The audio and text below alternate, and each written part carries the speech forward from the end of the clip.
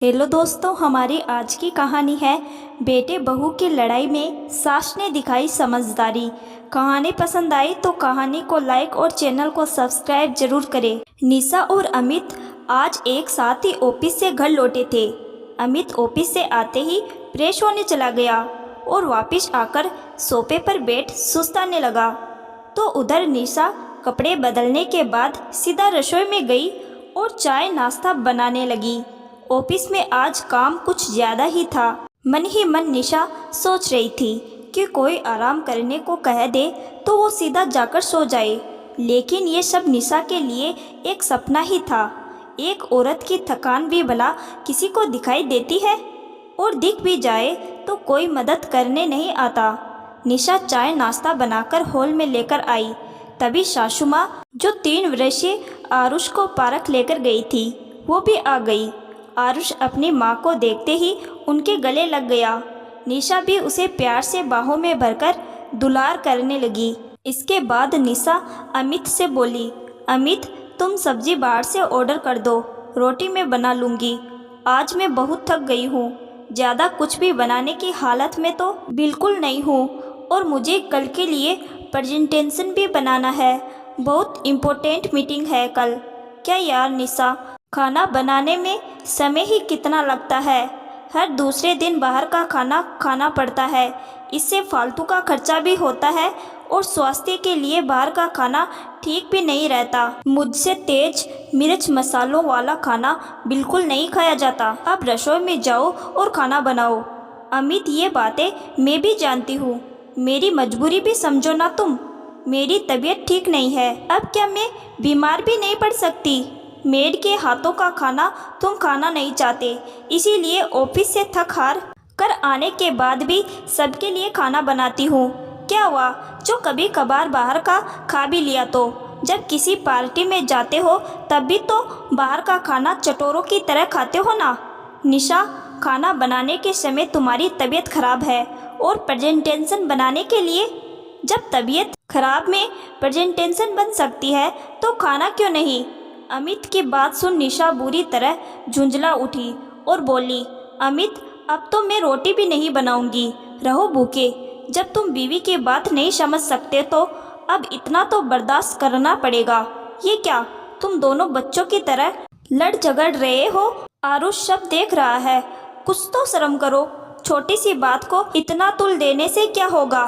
खाना मैं बना लूँगी, लेकिन तुम दोनों ऐसे लड़ो मत। इतना बोल विमला जी किचन की ओर बढ़ गई। अमित ने उन्हें रोका और बोला, माँ आपको परेशान होने की ज़रूरत नहीं है, मैं कर देता हूँ बाहर से खाना ऑर्डर। काश निशा हाउसवाइफ होती तो ये सब झेलना नहीं पड़ता। सही कहती थी, आप औरत घर रहे तो अच्छा है, वरना पूरे परिवार को बहुत कुछ झेलना पड़ता है। अमित की बातें सुन अब निशा का गुस्सा 7वें आसमान पर था, पर दर्द से सिर फट रहा था, इसीलिए चुपचाप कमरे में चली गई और दवाई लेकर लैपटॉप पर काम करने लगी। आरुष को बगल में बैठा लिया और उसे साथ साथ होमवर्क भी करवाने लगी। उधर विमला जी ने अमित से कहा, देख अमित, बहू जब ठीक होती है तो सारे काम करती ही है। आज उसकी तबीयत खराब है, तुम्हें भी उसकी हालत को समझना चाहिए। जितना काम तुम दफ्तर से करके आते हो उतना ही काम वो भी करके आती है। बस तुम दोनों में फ़र्क इतना है कि तुम दफ्तर से आकर सिर्फ आराम करते हो, और वो दफ्तर से आते ही घर के कामों में जुट जाती है। तुम पति हो उसके, अगर तुम ही हालत नहीं समझोगे तो कौन समझेगा? जब वो घर रहती थी तो तुम चाहते थे कि वह बाहर जाए और घर में 4 पैसे कमा कर लाए।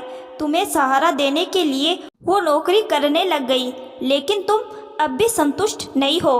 तुम्हें उसकी तनख्वाह तो चाहिए, लेकिन ना तुम उसकी मदद करना चाहते हो और ना ही उसकी मजबूरी समझना चाहते हो। तुम खुद को उसकी जगह रख कर देखो एक बार। माँ की बातें सुनने के बाद अमित का गुस्सा काफ़ी हद तक शांत हो गया था, और उसे अपनी गलती का एहसास भी हो चुका था।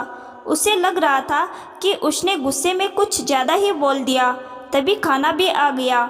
अमित ने खाना डाइनिंग टेबल पर लगाया और निशा को बुलाने कमरे में आया। अमित को देखते ही निशा का गुस्सा आंसू बनकर बहने लगा, तो तो अमित ने उसे बाहों में भर लिया और बोला, आई एम रियली सॉरी निशा, आज का दिन मेरा भी बहुत ख़राब गया था, लेकिन सारा गुस्सा खाने के बहाने से तुम पर निकल गया।